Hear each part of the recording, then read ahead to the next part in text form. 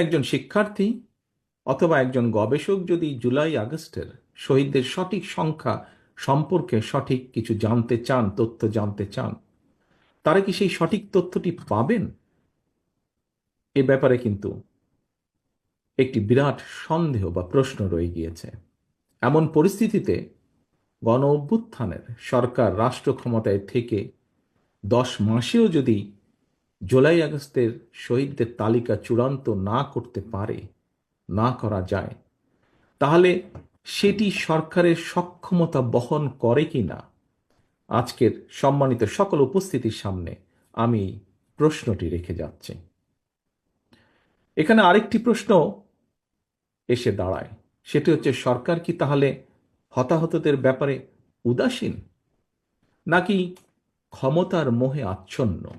এটিও আজকে বহু মানুষের, দেশের বহু মানুষের একটি বড় জিজ্ঞাসা।